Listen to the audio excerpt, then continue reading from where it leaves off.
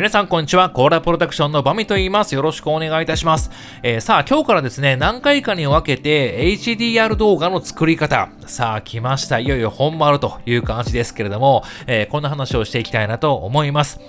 しばらくですね、HDR 動画っていうことを勉強してきまして、そしてそういった動画を作ってきました。で、さすがにちょっともう話せるかなというところまで来ましたので、一つ一つね、解説をしていきたいなと思います。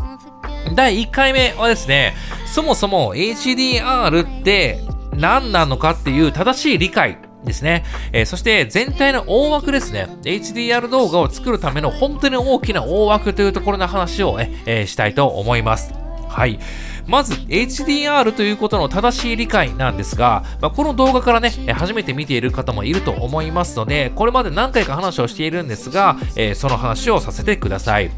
SDR という動画が本来の今までの動画でした。スタンダードダイナミックレンジですね。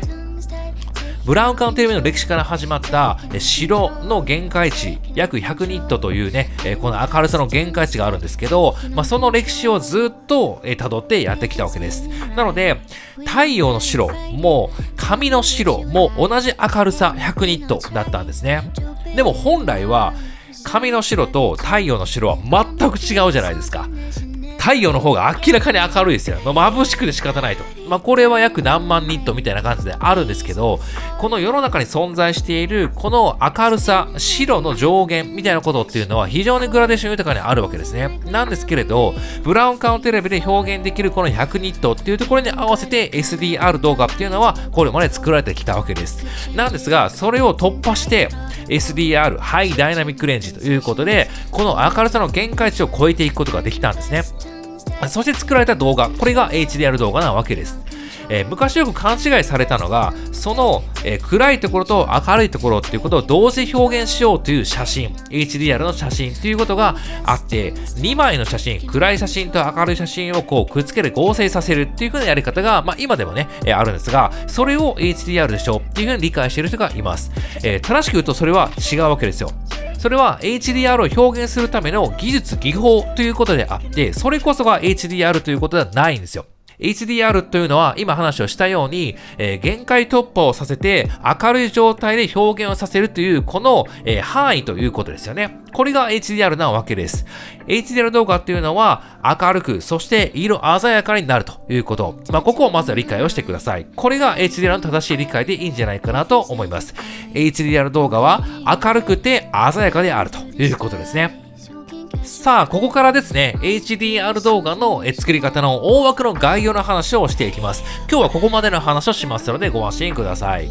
HDR の動画の作り方ですけど、まずは10ビット以上の動画を撮影します。それはもしかすると皆さん普段ね、撮影されているかもしれません。一部のカメラには HDR の規格に準じた設定をすることができるカメラも存在します。僕が使っているキヤノンのカメラなんかで言うと、そもそもメニュー画面に HDR 動画っていう風な設定があるわけですね。ですので、そういったカメラをお持ちの方は HDR の設定で撮ることがおすすめです。で、それが叶わない人は、10ビット以上の設定で撮影をする。ということで HDR のまずは素材というものが出来上がるわけですね。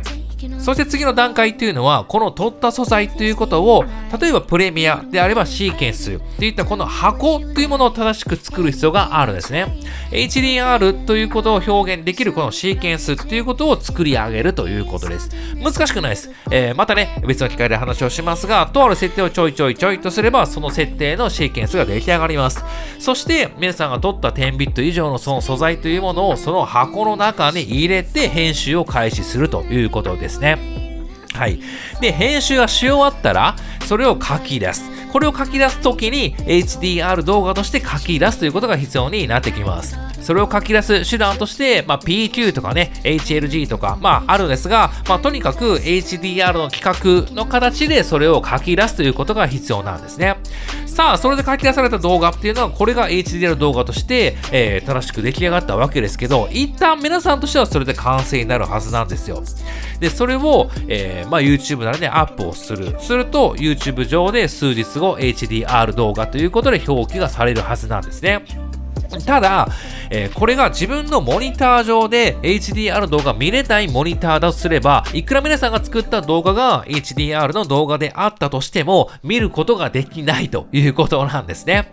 はい、iPhone とかね、そういったものは実は HDR 動画を見ることができるので、確認ができるんですけれど、もし皆さんのもちろんモニターがですね、HDR 動画に対応していなければ、それを見ることができません。つまり編集ができないということになってくるんですよね。ですので、編集の時には HDR の表記ができるモニターが必要になってくるということですね。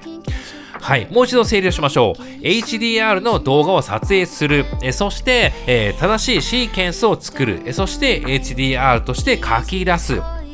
ということですね。この一連の流れをすることができれば、まずは HDR 動画を作ることができます。そしてそれを見るためには HDR を表記するためのモニター、デバイスが必要になってきますので、それが必要ですよというところです。ここまでまずは覚えておきましょう。そんなに難しくないですよね。普段皆さんが撮影をしている、素材を取って、そしてシーケンスを作って、編集をしたものを書き出してアップをするっていう流れと何ら変わりないわけですよ。そこにちょいちょいとその設定を作るということができれば HDR 動画を作ることができます。さほど難しいわけではありません。分かっていればそれを作ることができるんですが、なかなか正しくというか、それを詳しく解説している動画があまりにも少ないので、この世の中では HDR 動画がまだまだ広がっていないという現状でございます。次はですね、カメラをどうやって HDR 動画の設定にするのかっていうところの話をね、解説したいなと思いますので、引き続き面白かったという方はチャンネル登録をして次の動画をお待ちください。それでは次の動画で会いましょう。またね。Screaming like you never been touched before, moving like we never made love before.